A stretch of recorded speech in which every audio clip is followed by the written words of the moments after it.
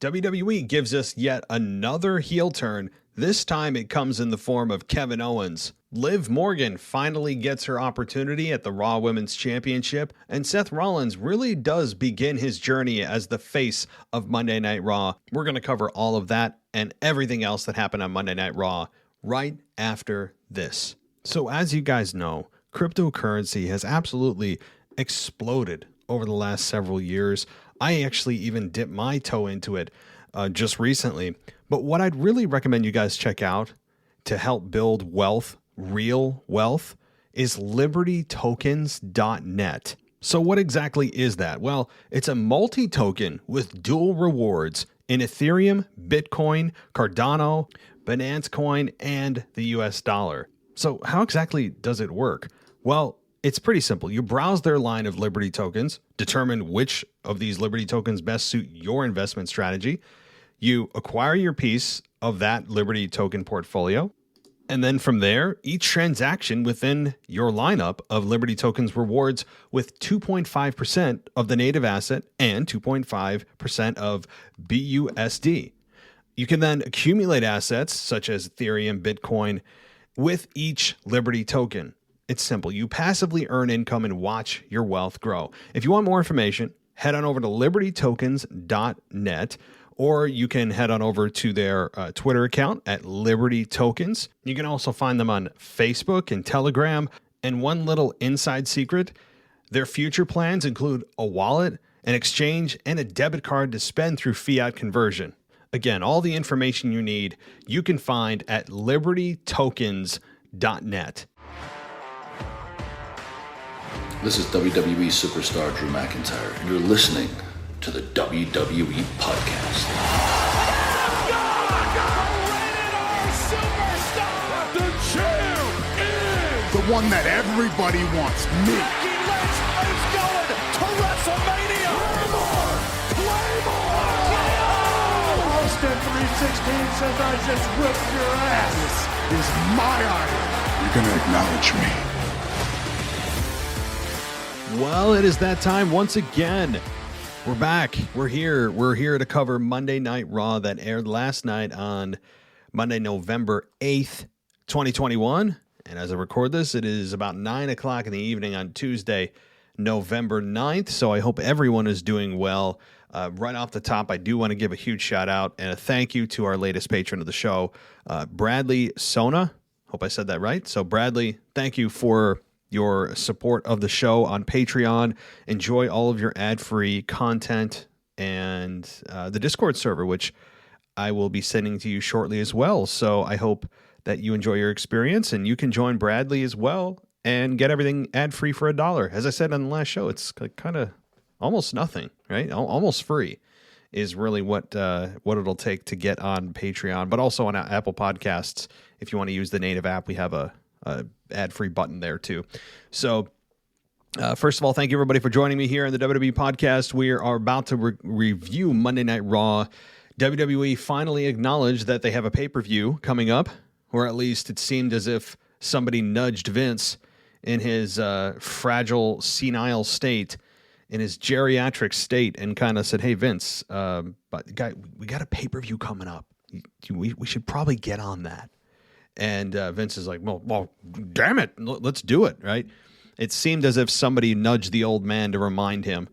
Of course, I'm just being a little bit facetious and being a jerk about it, kind of. At the same time, I understand why WWE has been ignoring the pay-per-view wholly for the last 3 weeks since the last pay-per-view concluded, because they can't build to a rivalry that doesn't exist. You can't build to also matches that don't have that person on the show. If you're going to have champion versus champion on Raw and Raw versus SmackDown, well, you can't have Raw and SmackDown on Raw, because then that would violate the rules of the draft.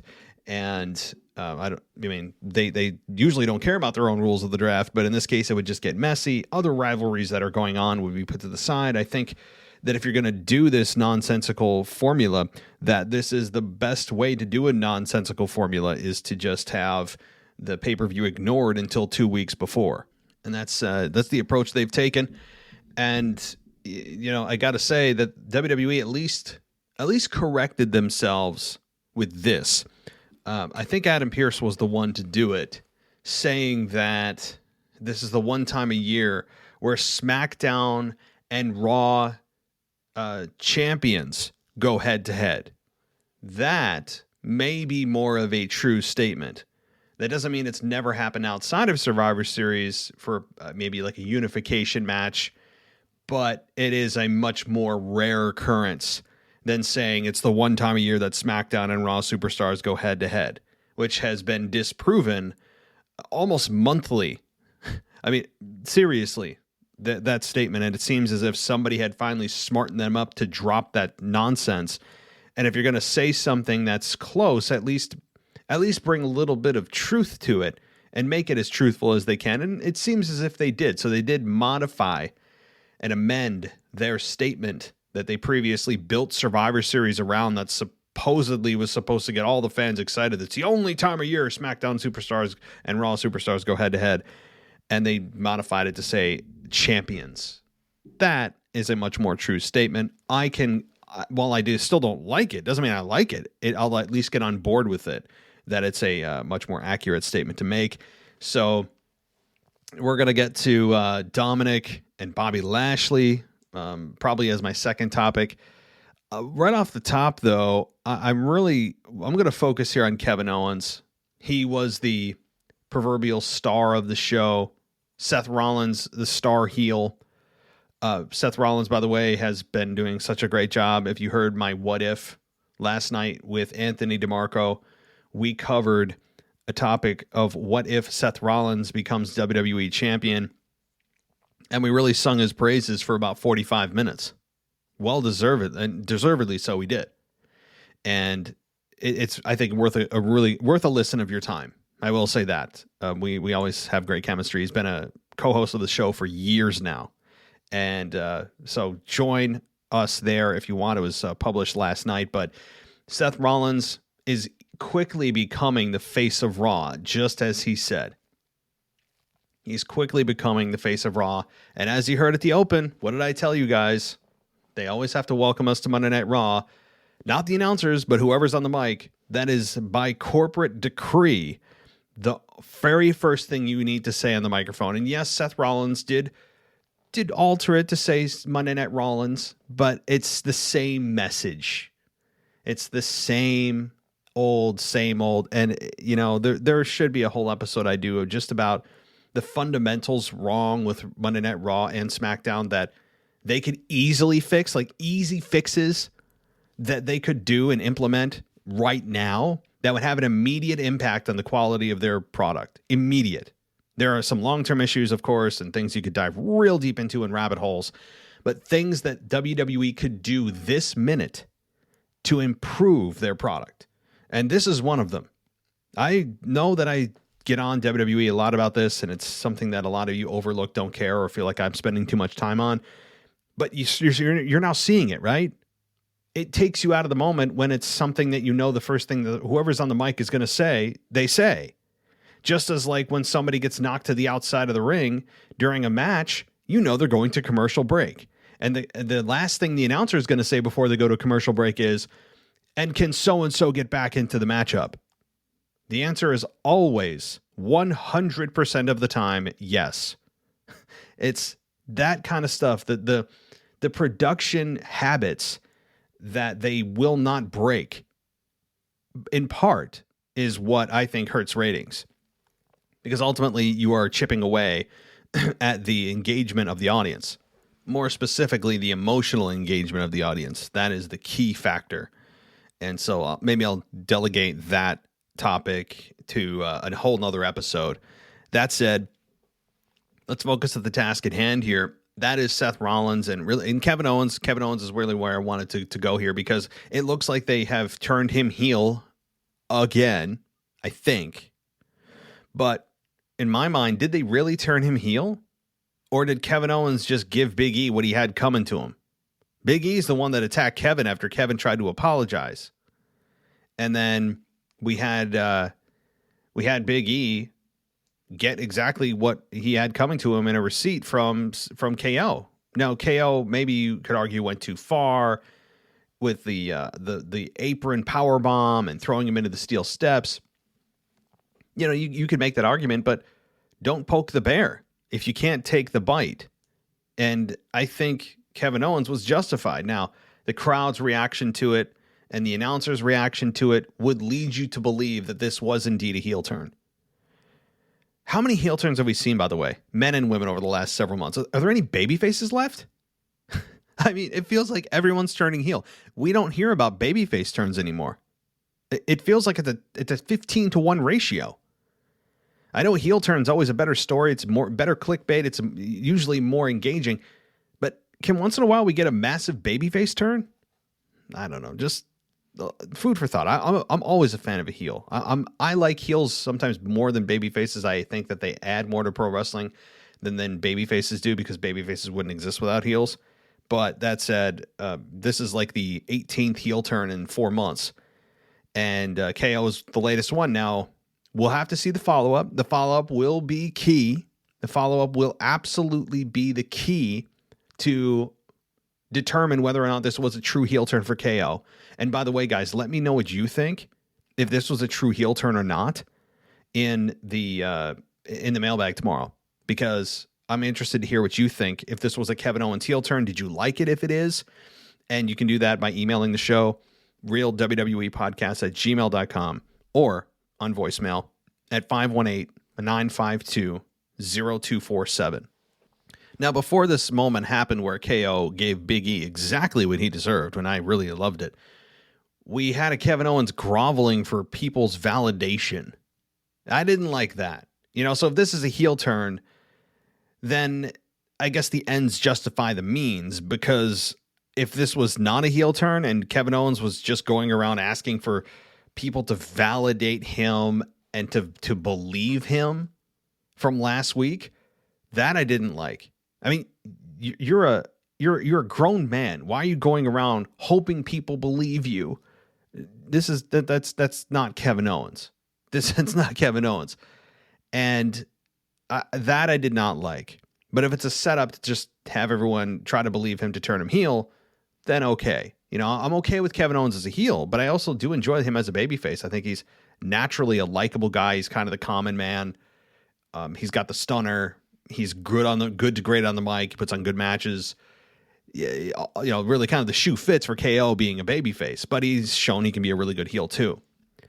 So if that's the case, if this is a heel turn, then I understand it. If it's groveling for people's affection or validation to believe him, then I'm not on board for that. That is not an endearing trait, to basically grovel for people to believe him and then get all sulky when they don't, or show concern, you know, so that I am not a fan of. And to be honest, and I said this last week, what the hell is Kevin Owens even apologizing for? What is he apologizing for? That Seth Rollins decided on his own to sucker punch Big E, and then KO, stood there for a few minutes. Well, not a few minutes, probably like a good 10 to 15 seconds, and then decided to go for the cover, which by the way, didn't even result in KO winning last week. It resulted in him losing. And the title wasn't even on the line anyway. So you talk about a low stakes match with a guy that's pissed off that won the match anyway in Big E. What the hell is Kevin Owens apologizing for? Assuming he was being sincere, assuming that, right? Now, again, if it's a heel turn, then this was totally insincere to begin with. But even the logic of apologizing for something like this doesn't make any sense at all. You have a guy in Kevin Owens who had nothing to do with the Seth Rollins punch. Now, Seth did say that it was a setup. He came clean to Big E, that this was all a setup. We talked about it weeks ago. And yeah, I just want to come clean. Whether you believe it or not, I don't care. By the way, how would he have come up with this weeks ago if the match was impromptu? Anybody think about that? How did Seth say that this was a pre-planned vendetta against Big E weeks ago when the match happened last week? Did you have a crystal ball? Do you have clairvoyance? Do you have some kind of ability? I don't know. I mean, so I guess nobody even bothered to figure that. But this whole apology thing, apologize for what? What are we apologizing for? That really, like last week I was confused about that, and I ranted a little bit about it, but it wasn't clear. It wasn't clear. Now, if the only way I could see that if this was something for Biggie or rather KO to apologize for is if Seth sucker punched Biggie and then KO immediately covered Biggie and got the victory, then fine. But there was a delay. KO lost the match anyway. So what is Biggie complaining about? And the championship wasn't on the line. This is about as low stakes as it gets. So I don't know. This was just so weird to me. But KO gives Biggie to me what he got coming to him. And I loved it. I love watching Biggie get his ass kicked. I love any member of the New Day. It was a great week for me because of what happened on SmackDown with Roman Reigns laying out KO or laying out Kofi Kingston, who was to me the worst of the entire group, and laying out Woods. It was just a great week for me. I don't know about any New Day fans out there had a really bad week. Those of us that are just beyond tired of the New Day, we had a really, really good week. I mean, it was one of those right home to mom weeks and let her know how great it was. So that said, I do want to also, as I said, open the show talking about Survivor Series, let you guys know about the matches that are taking place because this does matter. I know the matches themselves don't matter because there's no consequence at all, but we do have matches now set up for Survivor Series. And here they go as follows. The WWE Champion Big E will face Roman Reigns at Survivor Series. So it's WWE Champion versus Universal Champion. That does mean to me that Seth Rollins is not using his championship contract opportunity to cash in at Survivor Series, as I speculated and Anthony DeMarco did as well on the show. That's not going to be the case because Survivor Series has been completely just absorbed by this manufactured rivalry between Raw and SmackDown, and it will likely be at TLC in December. So there's that. The second match is Becky Lynch versus Charlotte Flair, the Raw Women's Champion versus the SmackDown Women's Champion. That should be interesting given all the drama going on backstage, huh? So that to me, I'm actually looking forward to that match because, yes, we've seen them in the ring a million times, but it's been a while. It's been a couple years since these two have faced off one-on-one, number one. And number two, the real-life backstage drama, whether it was real or fake, and I believe it was real, adds intrigue to this match because now you're going to look at it and go, is somebody taking liberties? Are there real shots in there? We're going to be keeping a close eye on that. So to me, that's really an intriguing match. Then there's two Survivor Series elimination matches. The first is the traditional Team Raw versus Team SmackDown. Now, on Team Raw, we have Seth Rollins, Finn Balor, KO, Rey Mysterio, and Bobby Lashley. We'll get to that. Versus Team SmackDown, which is Drew, Jeff Hardy, King Woods, Sami Zayn, and Happy Corbin. Okay, so on paper, it looks like Raw has a distinct advantage in star power over SmackDown. I mean, to me, it's so lopsided, it's not even funny. So that is the traditional elimination match. And then we get the second one for the women for Raw versus SmackDown of Bianca Belair, Rhea Ripley, Liv Morgan, Carmella, and Queen Zelina versus Team SmackDown that consists of Sasha, Shayna Baszler, Shotzi Blackheart, Natalya, and Aaliyah. Now, what in the hell Aaliyah has done to earn this opportunity, other than just show up, is it's puzzling at best. I don't know. I have no idea. And by the way, Natalya hasn't won a match in a couple of months. I mean, so there's really no rhyme or reason of how they put these people together other than does anybody not have anything going on? Okay, you're on the team. That's essentially what they're doing here, especially with the women.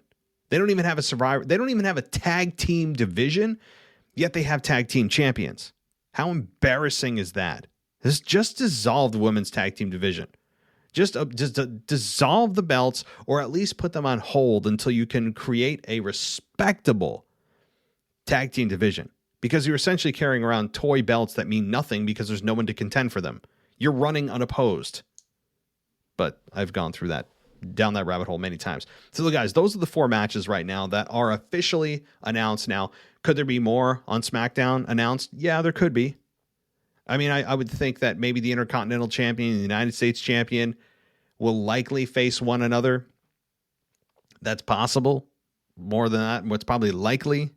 And you also have the tag team champions of Raw and SmackDown it's also possible and likely. If you're going to put all champions one-on-one, then those are the 2 matchups that have yet to be announced and could be announced on SmackDown.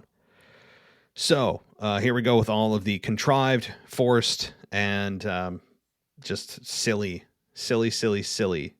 champion versus champion. Nothing on the line other than pride. Nothing like that good old pride and bragging rights to get you excited about a pay-per-view. A pay-per-view that should stand on its own, given its heritage and the moments that have happened at Survivor Series. And yet they need this forced rivalry to get who excited exactly? Who is excited about and by the way, who's actually loyal to one or the other brand? Is anybody actually sitting at home saying, man, my favorite color is red. If red doesn't win, I'm gonna need counseling. The answer is no. I mean, there is not one fan I know that is loyal to one brand exclusively. It's ridiculous. So let's all just get through it. This is my least favorite pay-per-view of the year now, which is so sad given all the great memories I have about Survivor Series. But what they've done to it is just criminal. Now, that said, with all the history of Survivor Series and why I used to enjoy it, we did get Bobby Lashley returning, and we did get Adam Pearce forcing Dominic to face Bobby in a winner gets to be in the Survivor Series team matchup.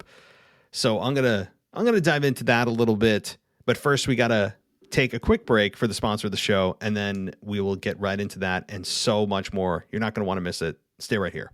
So as you guys know, cryptocurrency has absolutely exploded over the last several years. I actually even dipped my toe into it just recently. But what I'd really recommend you guys check out to help build wealth, real wealth, is libertytokens.net. So what exactly is that? Well, it's a multi-token with dual rewards in Ethereum, Bitcoin, Cardano, Binance Coin, and the US dollar. So how exactly does it work? Well, it's pretty simple. You browse their line of Liberty tokens, determine which of these Liberty tokens best suit your investment strategy. You acquire your piece of that Liberty token portfolio. And then from there, each transaction within your lineup of Liberty tokens rewards with 2.5% of the native asset and 2.5% of BUSD. You can then accumulate assets such as Ethereum, Bitcoin with each Liberty token. It's simple. You passively earn income and watch your wealth grow. If you want more information, head on over to libertytokens.net, or you can head on over to their Twitter account at Liberty Tokens. You can also find them on Facebook and Telegram.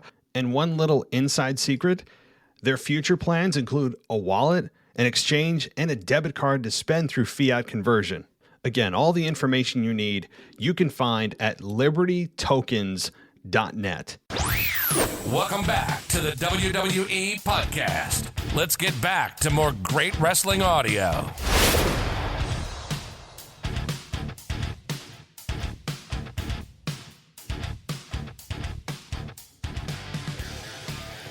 Okay, well, Adam Pearce made an appearance for the first time since Brock Lesnar beat his ass a few weeks back and giving Brock that $1 million fine. It's going to be fun, by the way, to see when Brock comes back, whenever that may be, maybe a month or 2 months down the line, probably towards Royal Rumble, and have Adam Pearce get laid out again. That's going to be fun. I hope that happens. Adam Pearce is so unlikable just on the surface, and I mean that complimentarily. I don't mean that he's go-away heat I mean, that he could be such a great heel if they really dove deep into him being this heel authoritarian figure. I know we've certainly wore out the heel GM role, but it's been a while since we've had a true heel authority figure. And Sonya and Adam Pearce are, I think, not even teetering on the fence anymore. I think both of them are solidly in, not extreme, but they're solidly in the heel camp right now, at least trending heel. So we did have Adam Pearce come out, and he did say that he put out the team names, or the names of the individuals who were going to represent Raw at Survivor Series. And he had Dominic and Ray come out, and he said that he had some regret, that he, no disrespect to Dominic, that he has a bright future, but he's not a former world champion. And he wants to give Raw the best possible chance to win. So he said, "You're not off the team as of this moment. That is, unless you can't defeat this man." And it was the returning Bobby Lashley with MVP. Nice to see them back together. Not a big reaction, I'll be honest, for Lashley. It was kind of, I think, generally boos, but Bobby did not get I don't think Louisville knew what to really do with him. And so they firmly put him in the camp of heel. And that's where I think he should live. But initially, he didn't get a big reaction. That is until he started the match with Dominic. And Dominic really stood no chance here. Dominic got brutalized. Rey Mysterio got tossed around. It was a dominating, and I hate to say this because I feel icky saying this, but this is the right context to say it. This is not overuse. This is the appropriate use of this word, that Bobby Lashley did make a statement. That this is a statement, not the contrived, everybody makes a statement about everything all the time and they're sending messages all the time. This is the correct context in which you should use that word. It would mean a lot more if it wasn't said every 15 seconds, but this is when it should be utilized in this instance, where Bobby Lashley truly did make a statement that I'm back, mother blank. You know what I mean? I'm back, and I'm here to tear blank up. I have a lot of curse words in my head right now. You can fill them in for yourself. That's what I'm envisioning. And that's the message I received from Bobby Lashley, just dismantling Ray, dismantling Dominic. And it was a beautiful sight to see. I mean, it was almost as if somebody was able to access my brain this week and say, who really has the go-away heat for you? I'm going to have them get destroyed over the next 7 days in WWE, with the New Day entirely getting destroyed and Rey Mysterio and Dominic getting destroyed. It was a beautiful week for me. I mean, it was like my wildest fantasies in wrestling had come true, at least on a small scale. And seeing them get it all laid out was very nice. And having Dominic not even look competitive was exactly what you wanted. Now, Dominic got some shots in, and that's okay. That's okay. But there was no real point in the match in which Dominic was, possibly going to win this match, where the victory was in question and that, Bobby was in jeopardy of losing the match. There, at no point was that the case, and nor should it have been. So this was a great booking, a great way to reintroduce Bobby Lashley back into the fold, and he should absolutely take the place of Dominic, who has done nearly nothing to deserve that spot on the Survivor Series team.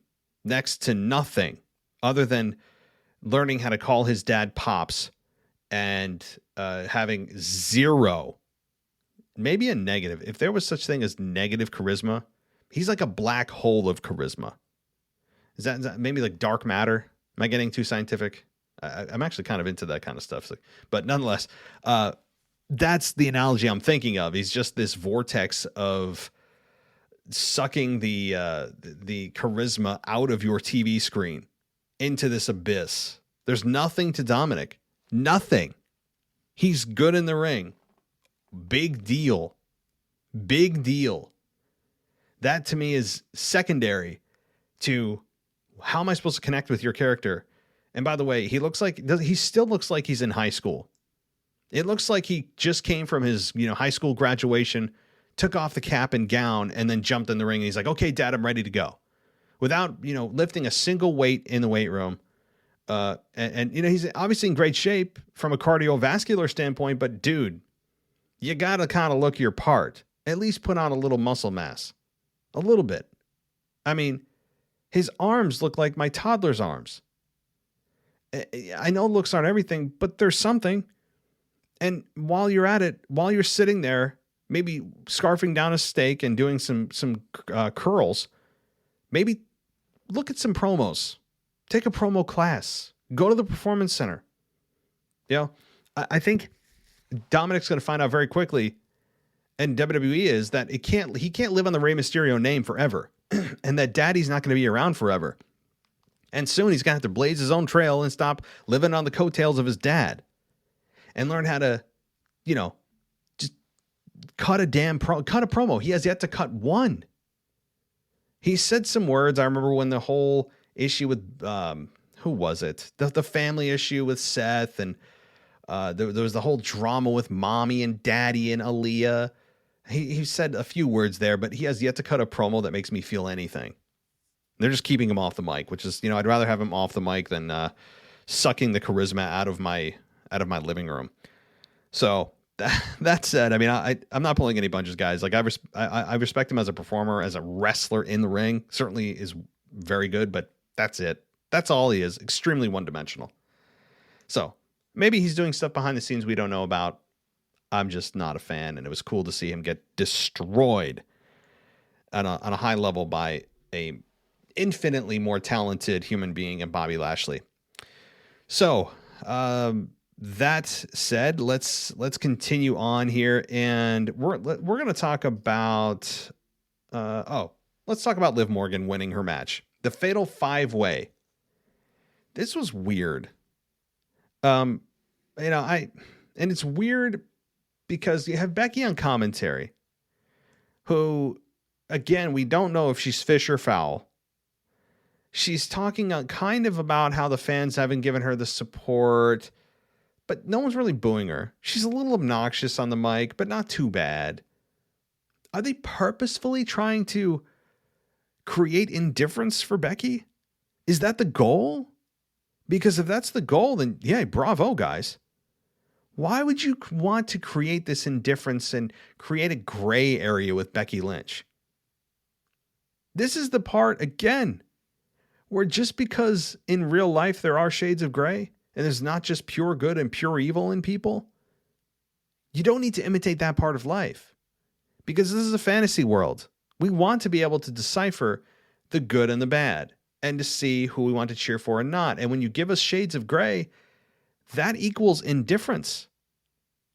I know this because I've seen it firsthand, and we're witnessing it right now.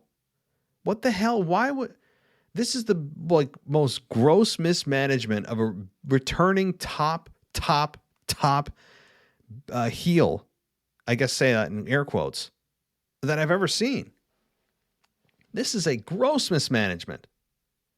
And maybe the only gross, the more gross mismanagement of a returning star that I've seen, and at least in the recent past, is Extreme Rules. I think it was 2016, 2017, when Roman Reigns was screwed by a returning Seth Rollins, who got injured. He missed WrestleMania, and he came back to a crowd that was so hot for him, and they turned him heel. That is maybe the only other time that made no sense. I mean, I was never a fan of the babyface Rollins, but they didn't even try to ride that wave. They just were like, nope, we're shutting it down. So I'm not sure. But anyway, Liv Morgan gets the victory here by rolling up Carmella. And the interesting development here is, yes, Liv Morgan won, and we'll get to that in a minute, but Doudrop attacking Bianca Belair during the match after she was just about to win after hitting the KOD on Zelina Vega. Doudrop screws Belair, and again, here we go. Another heel turn. How many heel turns are we going to have? There's going to be nobody left. We are running thin on baby faces.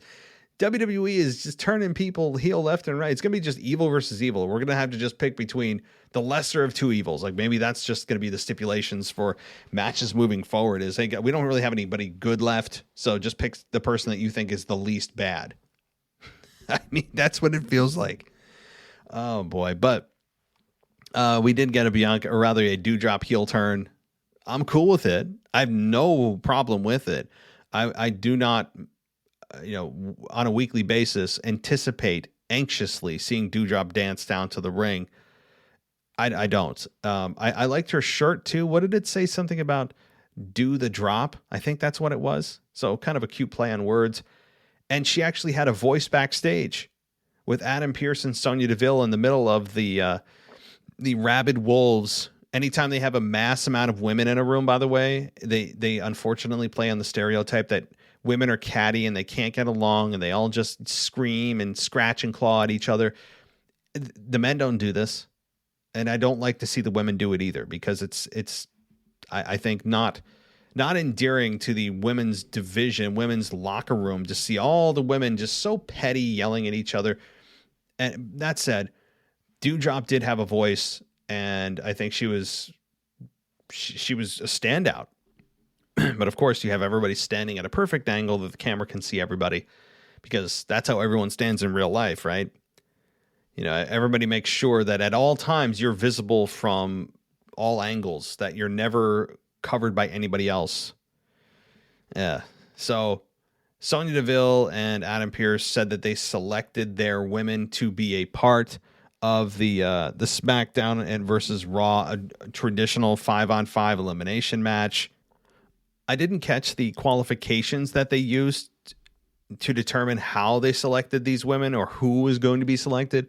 Perhaps I missed that part of it. Maybe I did. But if I didn't, then how did they select the women?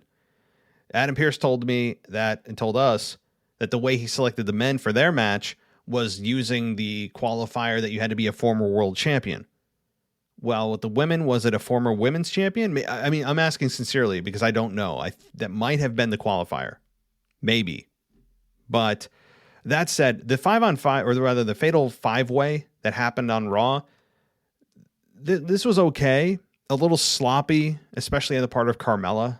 I gotta say, sorry, Corey, but your woman is not exactly the top tier skilled performer that WWE employs. She's just not. She's got a nice body, and she relies heavily on her looks, but that's about where her skills end, unfortunately, right as of right now. I've seen more out of her before, but apparently those have gone by the wayside and left her soul, and they no longer exist. And she's actually not as good as some of the other women in the ring. I think she's not terrible. Like she's not unwatchable. It's just it's apparent that she is not at the level of some of the women in the ring, especially Bianca Belair. Which, by the way, positive light here, positive tidbit. Can we get more Bianca Belair versus Rhea Ripley, please? I mean, they had limited interaction in this matchup, but the interaction they did have was just, it's almost as like, oh, the match can start now. All the other women were just kind of bystanders for watching these two, and watching them is such a joy. And I believe that the Women's Royal Rumble this past year came down to Rhea and Bianca, if I'm not mistaken. I'm almost positive about that, with Bianca obviously winning. And I remember saying at the time, nearly a year ago, that the ending to the Women's Royal Rumble match was infinitely more entertaining than was the men's match. And we see it here, that they just have such a good chemistry. And I want to see Rhea versus Bianca like real soon. Unfortunately, doesn't look like we're going to get it, as we get now a Doudrop versus Bianca matchup. And Rhea's the one half of the women's tag team champions. So whatever that's worth at this point, it's worth about as much as my phone case I have here in my hand. But that said, I hope we do eventually get Rhea Ripley versus Bianca Belair. That's going to be fun. I need to see that. Just everything I've seen so far with them, every time they interact, it's just like, oh, give me more. So Liv Morgan gets the victory. What would be nice, though? What would be really nice from WWE for Liv is to give her some mic time. I know that they may be afraid of giving Liv mic time. She has not shown me any reason to be afraid. Is she the most skilled on the microphone? No, but at the same time, I don't think we've seen enough from her on the microphone, or heard enough from her rather, to really make a true judgment on either if she's really good, really bad, or somewhere in between. Right now, she seems like she's somewhere in between. She's average to good at times. And it'd be good, though, not just to analyze her, I guess, ability on the microphone, but rather to hear what she has to say. Give the fans a reason to cheer for you. You're the sentimental favorite, but we have yet to really get invested in who you are, what you stand for, and why we should care if you win or lose.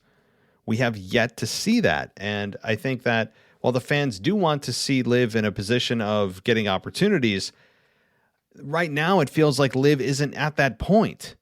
At least her character doesn't seem like she's ready, because it's not as if we've seen Liv for months now consistently be in the conversation for an opportunity, and the fans have been super behind her, and WWE just continues to suppress her, and they've been doing that on purpose to get the fans riled up, and it's this great vicious circle. No, it's been kind of blasé with Liv, where the fans are sympathetic towards her. They think she's, again, underutilized, but there hasn't been this strong push for her. And why should the fans at this point, with really no mic time, limited in-ring time? She's lost several matches. There's no momentum behind her. So I just, with all that said, if you want to get true support for her, start to give her a microphone, so it doesn't feel like it's just giving the fans what they feel that they want. Even though we're not going to give the belt to Liv, we'll just, give her the opportunity so the fans can shut up and say we haven't given her an opportunity. Well, yeah, you gave her the end result without actually going through the process. That's the most important part, is the build. So if WWE wants to give us the excuse that, what are you talking about? She hasn't got an opportunity. We gave her a Raw Women's Championship match. And I'd say, yeah, well, what about her character development? Why are fans supposed to care? Beyond, she's underutilized. There's more to it. There should be more to it, and we've gotten very little. So I'm a Liv Morgan fan.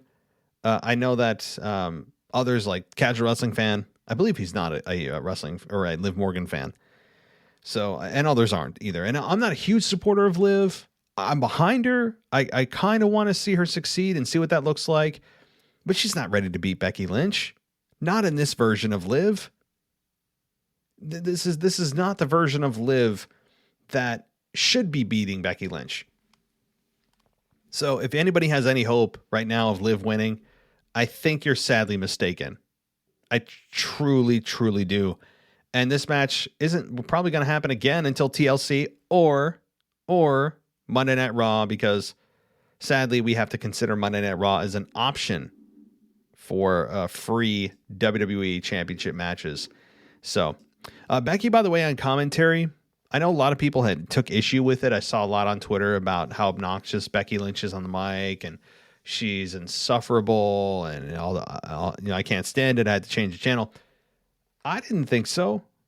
Like, she does come up with some weird stuff sometimes. Like, she tried to, what did she try to do? She tried to implement song lyrics into her promo, and she got all stumbled up, right? I think it was Jenny on the Block, except she said she's Beck's on the Block or something, and then she tried to speak the lyrics of the song of Jenny on the Block, and it did not go well, and she tried to blame it on Byron for tripping her up, and she's flustered. You couldn't come up with the lyrics, Becky. I mean, end of story. It's fine. I mean, it happens. But outside of that, I really didn't think she was that bad. She sat there with her glasses and her overbearing outfits, as if that's supposed to get me to boo her. I think, I don't know, but honestly, I didn't find her that bad. So I don't know what the whole uproar was about her. Maybe I'm overstating it. So I just wanted to bring that up as well. Okay, moving on. Biggie defeats Chad Gable via pinfall after the worst move in wrestling history, i.e. the big ending. After the match, Otis got in the ring to stare down the WWE champion. So, interesting little matchup there. Chad Gable gets pinned. Otis then stares down Biggie as they're jaw-jacking to each other, and they go to commercial break. And I mean, I do want to see it, but again, they really took a long pause from Otis and Chad Gable. I mean, they essentially forgot about them for a few months and brought them back. And I think Otis was on a roll when they were doing that, and they stopped that momentum cold. And now he's back. But I would like to hear a little more from Otis too. I mean, that's the thing. There's very little development of characters. Where's the development of the character? Why should I care about who wins and loses? It's so basic, yet it's not happening. So I'm cool with Big E versus Otis at some point, and I think that's what they were teasing, but it's not going to be immediately. There is that too. It's not going to happen next week for the championship. All right. Reggie regained the 24/7 championship, and I'm going to read this from CBSSports.com because I did not see it. It's not on Hulu, mercifully. Reggie regained the 24/7 championship after losing it to Drake Maverick, who lost it to Akira Tozawa, who lost it. Oh my God. I can't read this. I can't read this. I can't read it. Who lost it, but I'm gonna struggle. I'm gonna do this for you. I'm doing this for you guys right now reading this. Who lost it to Corey Graves, who lost it to Byron Saxton, who lost it back to Maverick before Maverick was pinned by Reggie. Reggie then managed to escape up the entrance ramp with his championship. Oh my God. Who is entertained by this? It lost its intrigue a long time ago. I remember when it happened and it first was debuted by Mick Foley in my hometown in upstate New York. And it just was like, this isn't going to last long. It's going to be fun. But it's like that fruit striped gum. If you're a 90s kid, you remember it's not going to last long. So it tastes really good for a while, but it doesn't, that flavor doesn't last long and it quickly goes away. It's like juicy fruit. Anybody remember the juicy fruit gum or that zebra striped fruit flavored gum?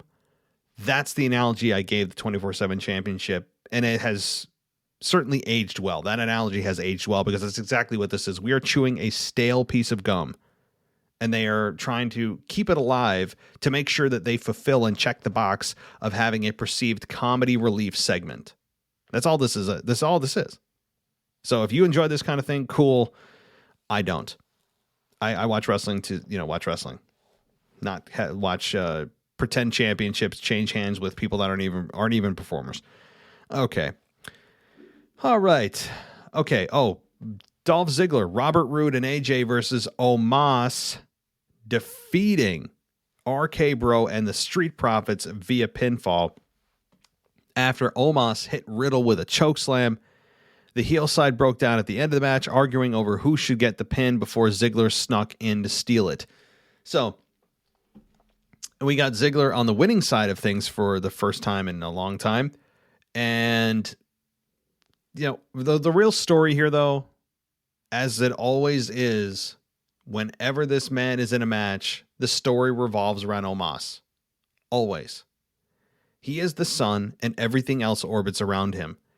That's just the way it is. And I don't mean that in a derogatory way. I mean that as a compliment because that it's designed that way, but it also executes very well that way, where he does command your attention on screen, not just because of his size. That's certainly a big part of it, but his facials, the way he looks in the ring, he's okay. For his size, he's okay. There's certainly room for improvement. But if you ever think you're going to see a 450 splash from Omos, I'll just say I will not be the first one to volunteer to take that. I value my life. But I think there is room for improvement on the microphone. There's room for improvement, of course, in the ring. But I think with time, he'll continue to get better. And he continues to get better. He's come a long way from being the bouncer in the one of the worst creative segments ever in WWE history. Paralleled with Retribution was Raw Underground. Remember that? He was the bouncer in this mysterious underground lair known as Raw Underground that lasted a couple of months before it died a quick death along with Retribution. So that said, Omos does command your attention. And having him take a couple knee shots to the face by Riddle, at least he took some offensive moves. He didn't just consistently dominate, and he shouldn't. I will say this, Omos should at least be, hit with some things that take him off his feet, and then see how he sells that. Like, I want to see what happens when he takes an RKO. I want to see what that looks like. But keeping him on his feet and having to be able to say when he finally gets taken off his feet that nobody's ever taken him off his feet. Since Omos has come to WWE, no one's even taken him off his feet, much less won a match and beat him. So there is that to be said for that moment, whenever and whoever that is. I mean, imagine, let me just say this.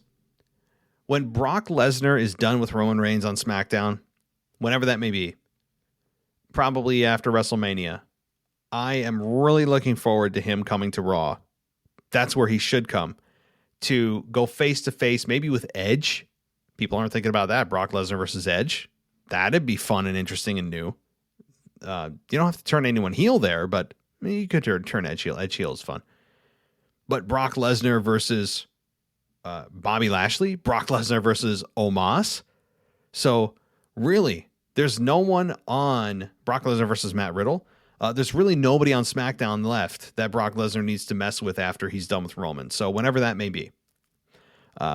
Just some fantasy booking and matchups there for you to chew on. But nonetheless, here we go. Again, Ziggler, Rude, and AJ and Omos did defeat RK Bro and the Street Profits. However, the story coming out of this is, of course, Omos, but Matt Riddle not listening to Randy Orton after Orton said, if you guys go after the Giant, you're on your own. Riddle, of course, didn't listen and gets chokeslam for it, loses the match. And Randy hit an RKO on Ziggler, for whatever that's worth to you. I guess kind of just a crowd pleasing moment with no consequence really of any substance. That was fine. I think this match was fine. It was good to really good.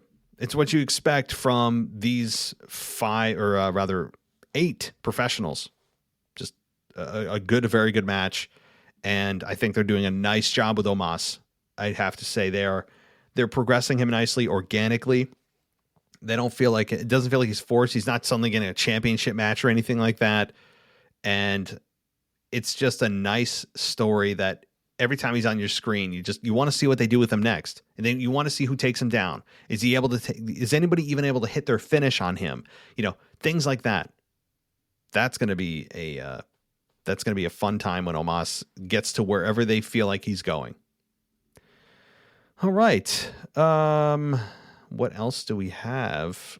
Did I go through everything? Seth Rollins. Oh, Seth Rollins did defeat Kevin Owens via count out. I don't know if I mentioned that Seth Rollins did defeat Kevin Owens because Kevin couldn't make it back to the ring in time. So that's really where we're at here with WWE, guys. They finally acknowledged that Survivor Series is indeed a part of their pay-per-view lineup. It is here. And Survivor Series, they at least have added 4 matches all at once. And I had a feeling that they were going to do that, and they did. And it's fine. I don't want them trying to create a rivalry that doesn't exist in the first place. At least waste TV time to build it up and not focus on the storylines that actually matter on each individual brand. So, well, I think that covers my Monday Night Raw review, everybody. Of course, we're very light on emails and voicemails this week. We're still going to have a show, but it's very light. So if you feel that maybe, I don't want to have my voicemail or email lost, it's a long show. Typically it is. Sometimes it's up to 2 hours long, my mailbag show. It's usually the longest show of the week. However, it's really light this week, guys, so please send in your questions. If you're a patron, you can just message me and you get priority support. That's another perk of going on Patreon. You get your questions answered right at the beginning of the show. But if you're not, you can also email me and call us, okay? So get your questions in, get your rants in, and that way we can get you on the mailbag tomorrow, which again is very light on the emails. So, all right, everybody. Thank you so much. As always, continue and consider supporting us on Patreon for just $1. And of course, there's higher tiers. You can even get merch like a WWE podcast mug. You can get a t-shirt. But if you want to just get into the entry level, it's $1 for a shout out for the Discord server, for ad-free everything. So it's not a bad deal. And on Apple Podcasts, you can rate and review us with 5 stars. That's really appreciated and does really help out the show a lot. But also you can go ad-free there on the ad-free button. That's right on our page, on our channel, I should say, on Apple Podcasts. So thank you everybody for listening. As always, I'll talk to you next time. So as you guys know, cryptocurrency has absolutely exploded over the last several years. I actually even dipped my toe into it just recently. But what I'd really recommend you guys check out to help build wealth, real wealth, is libertytokens.net. So what exactly is that? Well, it's a multi-token with dual rewards in Ethereum, Bitcoin, Cardano, Binance Coin, and the US dollar. So how exactly does it work? Well, it's pretty simple. You browse their line of Liberty tokens, determine which of these Liberty tokens best suit your investment strategy. You acquire your piece of that Liberty token portfolio. And then from there, each transaction within your lineup of Liberty tokens rewards with 2.5% of the native asset and 2.5% of BUSD. You can then accumulate assets such as Ethereum, Bitcoin with each Liberty token. It's simple. You passively earn income and watch your wealth grow. If you want more information, head on over to libertytokens.net, or you can head on over to their Twitter account at Liberty Tokens. You can also find them on Facebook and Telegram. And one little inside secret, their future plans include a wallet, an exchange, and a debit card to spend through fiat conversion. Again, all the information you need, you can find at libertytokens.net.